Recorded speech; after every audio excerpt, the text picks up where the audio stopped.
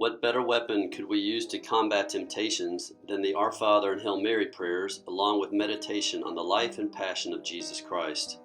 Arm yourselves with the prayers of the Holy Rosary, and you will crush the devil's head and stand firm in the face of all his temptations.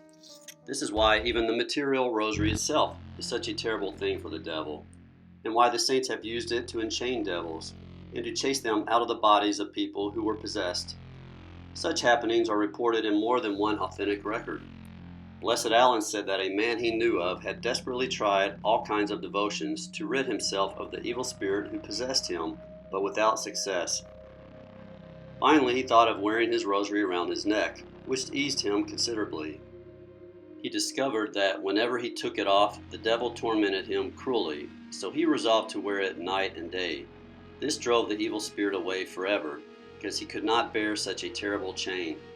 Blessed Alan also testified that he had delivered a large number of people who were possessed by putting the rosary around their necks.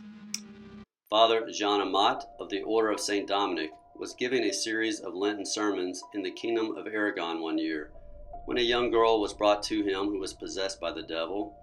After he had exorcised her several times without success, he put his rosary around her neck. Hardly had he done so, than the girl began to scream and yell in a fearful way, shrieking, "Take them off! Take them off! These beads are torturing me." At last the father, filled with pity for the girl, took his rosary off her. The very next night, when Father Amat was in bed, the same devils who had possession of the girl came to him, foaming with rage, and tried to seize him. But he had his rosary clasped in his hands, and no efforts of theirs could wrench it from him.